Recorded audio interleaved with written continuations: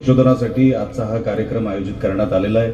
मी प्रथमच सुरुवातीलाच सन्माननीय शेलार साहेबांचे मनापासून आभार व्यक्त करतो की त्यांनी एवढ्या महत्त्वाच्या विषयामध्ये हात घातला आणि ते यशस्वी ह्या कार्यक्रमाला किंवा ह्या उपक्रमाला शेवटपर्यंत घेऊन जातील ही माझ्या मनामध्ये शंका नाही। म्हणून मी त्यांच्या सुरुवातीलाच मनापासून कौतुक करतो आणि त्यांच्या ह्या उपक्रमाला शुभेच्छा देतो। मी साहेब आज काही जास्त बोलायला इथे उभा नाही। आपण कार्यक्रमाला मला बोलवलं त्याबद्दल मी मनापासून आपले आभार व्यक्त करतो। आणि सन्माननीय शेलार साहेबांनी नेहमीच सभागृहात असू दे सभागृहाच्या बाहेर असू दे, मी मागे पण सन्माननीय शेलार साहेबांना एक रिक्वेस्ट केली होती, साहेब फक्त रिमाइंडर म्हणून आपल्या समोर एक फक्त तोच विषय ठेवतो आणि माझा मनोगत थांबवतो। मामा वरेरकर हॉलसाठी आपण जे काही 13 कोटी रुपये आपण द्यायला मान्य केले होते ते कृपया करून आपल्या अधिकाऱ्यांशी आपल्या सचिवांशी माझं बोलणं झालं आणि त्यांचं म्हणणं असं होतं की कुठेतरी टेक्निकल अडचण येते आणि सन्मान्य आशिष शेलार साहेब असेपर्यंत कुठलीच टेक्निकल अडचण येणार नाही असं मी त्यांना सांगितलं। तर कृपया करून आपण आपल्या सचिवांशी एकदा बोलून घ्यावं। आणि शेलार साहेबांनी एक फार मोठं काम केलं त्यांच्या दशावतार कलाकारांसाठी।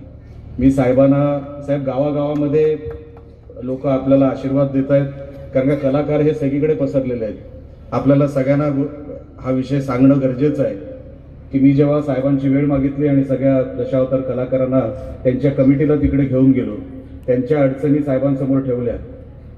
त्यांनी 5व्या मिनिटाला त्यांच्या सगळ्या अडचणी समजल्या। त्यांना मुळात तर काय समजावे लागतं आणि नंतर मग त्याच्यावरती उपाय होतो।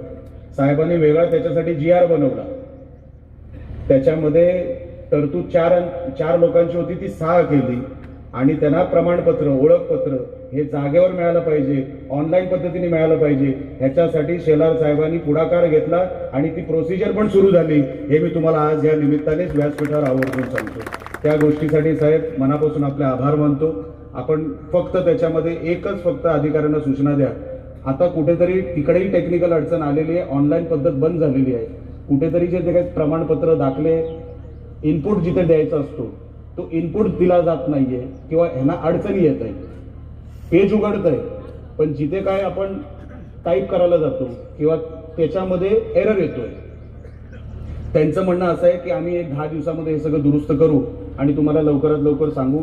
हे सगळे दशावतार कलाकार आमच्याकडे आले होते आणि त्यांनाही असं वाटतं की आपला एक भव्य सत्कार या जिल्ह्यामध्ये व्हावा, कारण की इतक्या वर्षांपासून कोणी त्यांना न्याय दिला नाही, आपण त्यांना न्याय दिला म्हणून एक भव्य सत्कार आपला त्यांच्या माध्यमातून आपला करायचा आहे। तर कृपया करून साहेब एवढी फक्त टेक्निकल अडचण, हा जो एररचा भाग आहे ऑनलाईन पद्धतीमध्ये जो काय आपण सूचना अधिकाऱ्यांना दिल्या तेवढ्या फक्त आपण साहेब त्याच्यामध्ये अधिकाऱ्यांना सूचना देऊन तेवढी दुरुस्ती करावी, एवढीच फक्त साहेब आपल्याला मी विनंती करतो।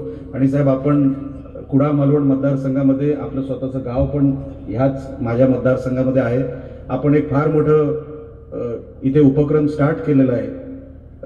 आपण वेगवेगळे उपक्रम महाराष्ट्रामध्ये राबवत असता आम्ही ते मीडियामध्ये बघत असतो। मला आता गर्जे साहेब पण सांगत होते, साहेब कशेळी नावाचं कुठेतरी गाव आहे आपल्या जिल्ह्यामध्ये, तिकडे 40,000 वर्ष जुना इतिहास सापडलेला आहे, बरोबर ना साहेब?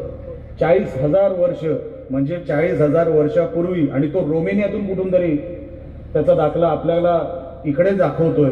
म्हणजे विचार करा, रोमेनिया कुठे आणि आपला सिंधुदुर्ग कुठे, 40,000 वर्ष कुठे, तेव्हाही इकडे लोक राहत होतील असा दाखला सापडलेला आहे। साहेब असंच उत्तम काम आपल्या विभागामध्ये असं होत राहू आणि आपल्याला आपला इतिहास कळू दे। मी अनेक वेळेला सांगतो, महाराजांचा इतिहास हा फक्त काही 3 तासामध्ये किंवा 4 तासाचा नाहीये, अनेक दस्तऐवज आहेत, काही कर्नाटकामध्ये आहेत, काही आंध्र प्रदेशमध्ये आहेत, काही गुजरातमध्ये आहेत, अनेक त्याचं संकलन कुठेतरी झालं पाहिजे, सेग्रिगेशन कुठेतरी झालं पाहिजे आणि ते साहेब कोण करू शकेल तर शेलार साहेब आपणच करू शकाल।